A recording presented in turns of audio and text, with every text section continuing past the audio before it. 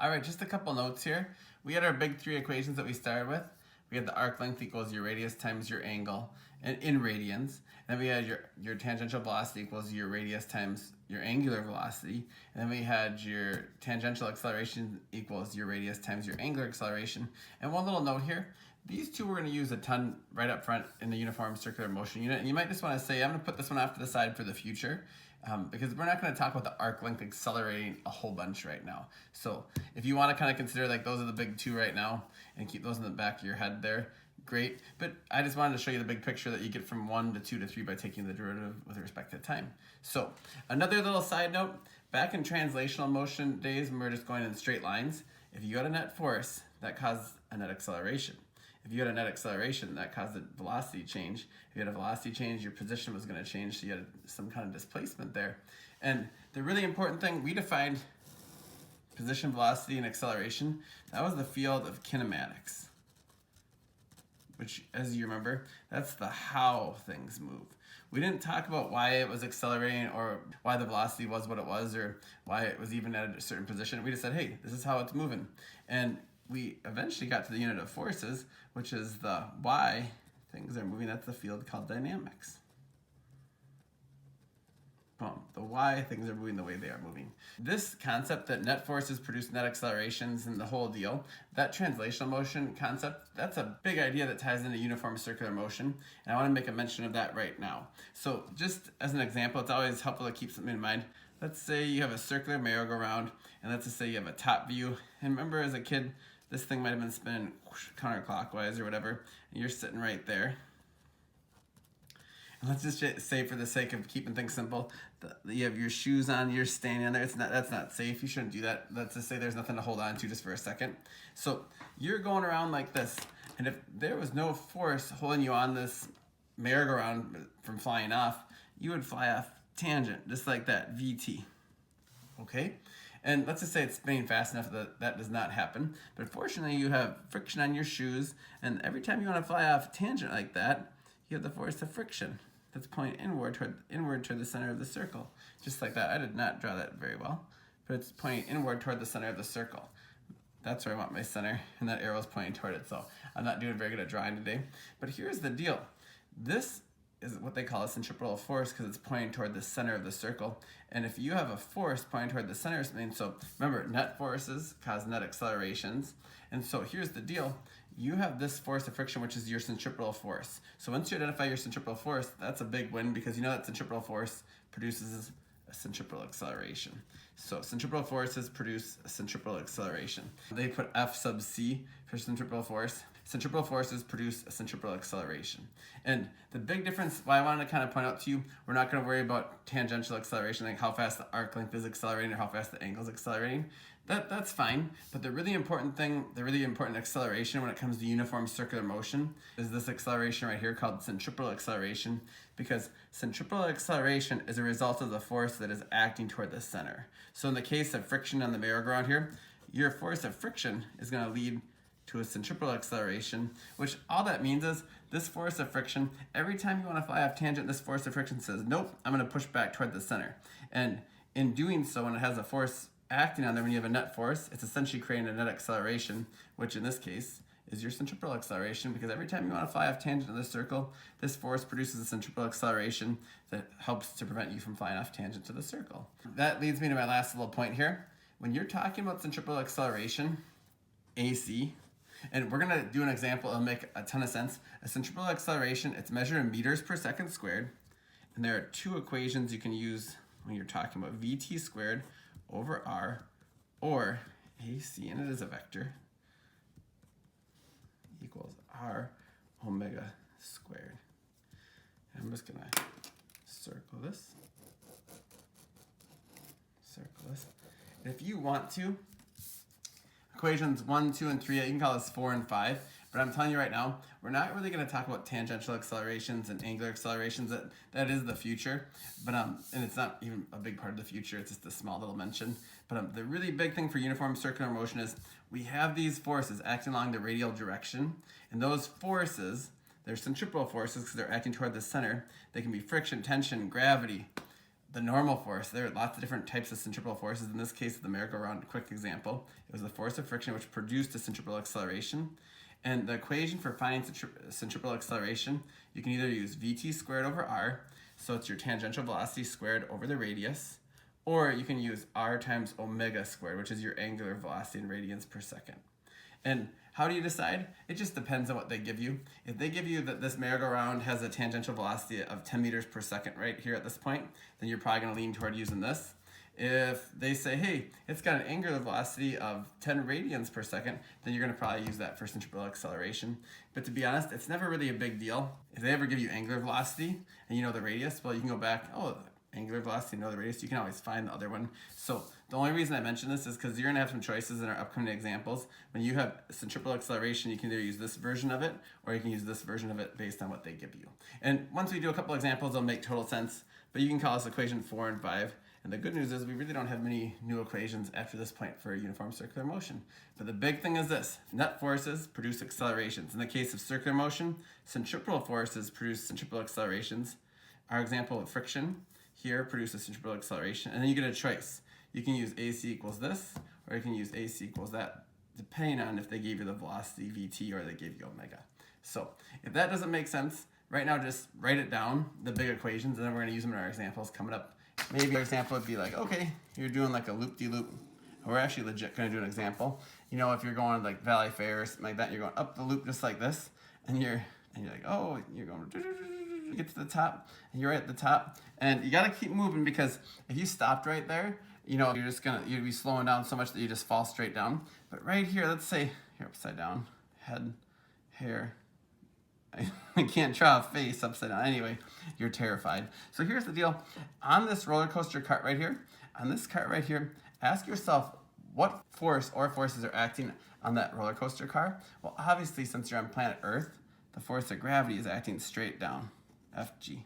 And you're like, oh, but this roller coaster car is also touching the track. And when we have contact, for every action, there's an equal and opposite reaction. Well, what's the reaction force? When I touch on the table pushes back on me. That's called the normal force. It's the same thing here, is that when you push on that roller coaster track with your car, that track actually pushes back on your car. I'll draw the normal force. And I'm messing up my picture. It's getting kind of messy, but Fn is pushing down as well. And now, when I was a physics student, the first question I asked myself is, if I was just going a loop-de-loop like this, and you have force gravity pushing toward the center of the circle, you have force normal pushing toward the center of the circle, eventually I'm going to have a net force, I'm going to fall, right? True, you would fall, but you know this from going on rides. You know the wheels interlock with the track, and there's other forces that play holding you in there. But if you legit just had like a marble going up a ramp, and maybe marble's not the best example because it's rotating. We'll talk about that in the future. But let's say you had a block going a loop-de-loop, and if you just paused it there, of course the block would fall down because you have normal force and gravity. They're acting toward the center of the circle. So in this case, you have two centripetal forces. You have the normal force and the gravitational force. And if that bothers you, we're going to talk more about it. But just the point I want to illustrate is that your centripetal forces are whatever ones are acting on you so you don't fly off tangent. Because picture this. Let's say you didn't have a normal force and you didn't have gravity. You're just whirling around a circle. Well, you go whizzing off that way if you can't have the thing. And you might be like, well, the track's keeping you in check. Yep, that's called the normal force. It's preventing you from flying off tangent of the circle. And gravity is also preventing you from flying off tangent of the circle because your velocity, Vt, it wants you to fly off tangent in the circle. Thank goodness for gravity and the normal force. And you might pay attention, like I know when I'm on the loop-de-loop at the corkscrew at Valley Fair, when you go up around here, the normal force you feel as a person in that cart, it's like when the seat's pushing on your butt. That's the normal force. We're gonna talk more about examples, and the best way to learn about it is by doing it. So let's do an example right now. And I'm gonna draw this. We're gonna move it in a circle. And before we do the example though, keep in mind that forces lead to net accelerations. So the best way to get really acquainted with how to do these questions, just do examples. So we're gonna do example 1. We're gonna have a car driving around a circular racetrack. And I'm gonna try to draw the best circle I can because we are in uniform circular motion. Your givens, I'll do a plural, want, and your equations. So for givens, I'm just gonna draw a nice picture here. I'm trying to draw a nice circular racetrack. I know they may not be perfect circles. So we have this as the top view of a racetrack, and that's the best circle I can draw right now. So we'll call this the top view. Sometimes it's helpful to draw a top view and a side view. I highly recommend it. And you have the center of the circle, and that's the top view. You have your Dodge Caravan or whatever you want to be racing. Let's just draw it like this. And let's just say, I'm going to kind of draw the path. This is the path, just like this. It's an inner loop there. And it's going V, just like that. Boom. Just like that, straightforward. And be careful, velocity is not a force. So if I'm making a free body diagram, technically you shouldn't have velocity labeled on a free body diagram. I'm just telling you it's moving in that direction right there. And just keep in mind, this is the top view, so I'm not saying it's going like flying. I'm saying it's going whoosh, that way. It's going counterclockwise around the circle. And here's the deal. Every time it wants to fly off tangent, VT, whoosh, every time it wants to fly off tangent, there's some force pulling inward that won't allow it to fly off tangent, and that force in this case is the force of friction, FF. So step 1, draw a picture. Step 2, label your forces. And just to be very clear, my only force from my top view I'm labeling is the force of friction from the top view. Okay, so step 1, picture. Step 2, label forces. Step 3, pick your coordinate system. We're going to talk more about that in a second. Let's draw a side view of our Dodge Caravan. So a side view, boom, give your Dodge Caravan. Whoosh, I'm going to draw like a block. And here's the deal. You're on planet Earth. What force do you have acting downward? You have the force of gravity, Fg. As soon as that Dodge Caravan puts a force on the road puts a force for every action. There's an equal and opposite reaction. That's called the normal force, Fn. And I technically kind of drew a little curve. Don't curve it. It's going straight up. And remember, the normal force is occurring between the surface of the road and the surface of the tires right there. So we put it right there, but technically it's occurring between the two surfaces there as a result of Newton's third law. So the side view says, okay, we have the Fn pushing upward, we have Fg pulling down, and then going inward toward the center of the circle, the force of friction, Ff. It's always helpful to get a top view going and a side view for your free body diagram right there. We drew a picture, we labeled our forces, and now step 3, we're gonna pick a coordinate system, and I'm gonna teach you something brand new. Back in the day, we used to say, oh, coordinate system, an X and we had a Y, and we could tilt and do all these things. Well, here's something kind of silly. We don't want to use an X and Y coordinate system where we're going in circles, because you can picture your X and Y would constantly be changing, and that'd be really a pain in the butt, right? So in uniform circular motion land, we use something called a radial coordinate system.